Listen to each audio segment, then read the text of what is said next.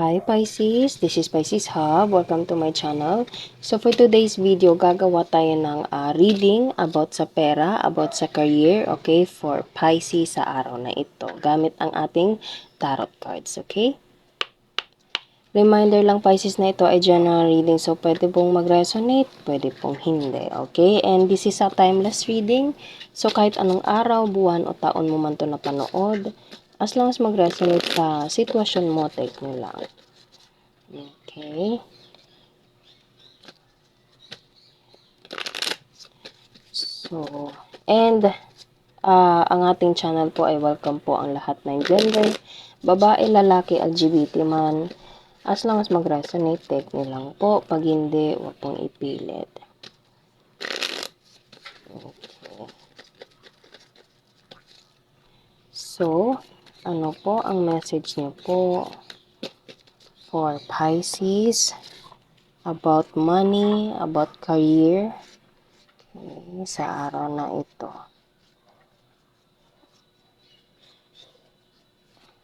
Okay, so dalawa yung nakuha natin. 2 of Swords and 3 of Cups.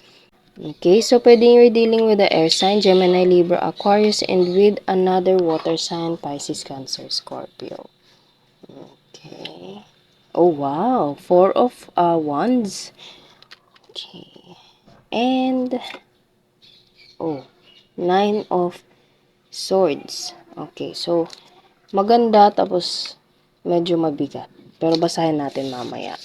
Ang bottom of the deck is 6 of Cups. So, ang unang lumabas is 2 of Swords and 3 of Cups. Sabay itong nag-flip itong dalawang to. So, sa nararamdaman ko, pwedeng merong itong delay, okay, sa salo-salo na ito. Okay, kasi meron tayo ditong 2 of Swords and nakakross yung kamay niya. Okay, so pwedeng meron ka natanggap na imbitasyon, merong naka-schedule na salo-salo, okay, party, or anything na kumbaga invited ka or ikaw mismo yung magse-celebrate Pisces, okay? Pero there's a hindrance, there's a parang na-delay lang, okay, na-postpone, pwede din, okay, na ganito yung sitwasyon ng dalawang to. Pero kung hindi naman ganun, Pisces, there is a situation na kailangan mo munang kontrolin yung sarili mo, especially itong salo-salo na ito, okay? Kung nakakapagbigay ito ng hadlang for you to build the foundation of your career, Pisces, huwag mo muna itong gawin, okay? Mag-focus muna sa mga bagay na dumadating sa'yo, sa mga bagay na opportunities na kumbaga inilahad na sa'yo, gawin mo. Okay, wag mo muna siyang i-procrastinate, okay? Procrastination, ipagsawalang bahala, wag ganon. Okay, kung ano yung nakalahad sa'yo, gawin mo lahat. Trust the process and do all your best, Pisces. Okay, para kung ano man tong kumbaga hindi mo muna ginawa, gagawin mo din naman pag naging maayos na lahat, pag naging maayos na yung trabaho, pag naka-apply ka na and natanggap ka, soon we claim it, natanggap ka sa trabaho mo, Pisces. Doon na, eto na, dito ka na party-party, magsayahan or anything, 'di ba? Pero kung ito yung nagiging cause ng hadlang, nagiging hadlang sa mga bagay na ganito dapat, wag muna, okay? Discipline, ganun yung gusto kong sabihin, Pisces. Okay, so kung hindi naman to about sa trabaho, pwedeng sa negosyo, okay? Kumbaga, ah i-build mo muna yung pundasyon mo, Pisces. Gawin mo muna, mag-focus ka muna, and pag matibay na yung pundasyon ng negosyo mo, pag matibay na yung pundasyon ng pinagkikitaan mo ngayon, dun ka na mag-celebrate, dun ka na pwede mag-share ng blessings to other people or magkasiyahan sa mga taong sumuporta sa'yo nung panahong walang-wala ka pa. Kaysa panahong parang nai-stress ka sa panahong feeling mo hindi mo alam kung ano yung gagawin mo, okay? Yung mga taong andyan para sa'yo, kumbaga parang mag-give back, okay? Parang thank you na simula nung una hanggang ngayon andyan kayo, salamat, parang ganon, okay? Parang papasalamat as long as siguraduhin mo munang maayos, solido yung pundasyon. Okay? Kontrolin mo na yung sarili, kontrolin mo na yung mga bagay na magbibigay sa'yo ng balakid, magbibigay sa'yo ng parang delay. Okay? Dahil pag ang opportunity nagslip sa kamay mo,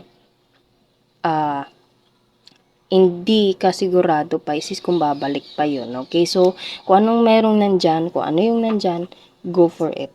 Okay? Do all your best. Okay? Para hindi ka na bumalik sa ganitong sitwasyon na Nine of Swords. So, ang reading natin ngayon is it goes both ways in career, in pwedeng sa trabaho, sa negosyo, sa pinagkakakitaan mo ngayon. Okay, Pisces? Ang reading natin ngayon, ang bottom of the reading is to discipline yourself, do all your best, make sure na siguraduhin matibay yung pundasyon ng pinagkakakitaan o yung mga planong gusto mong gawin in the future. Okay, siguraduhin mo munang maayos yung pundasyon before you parang mag-loosen up.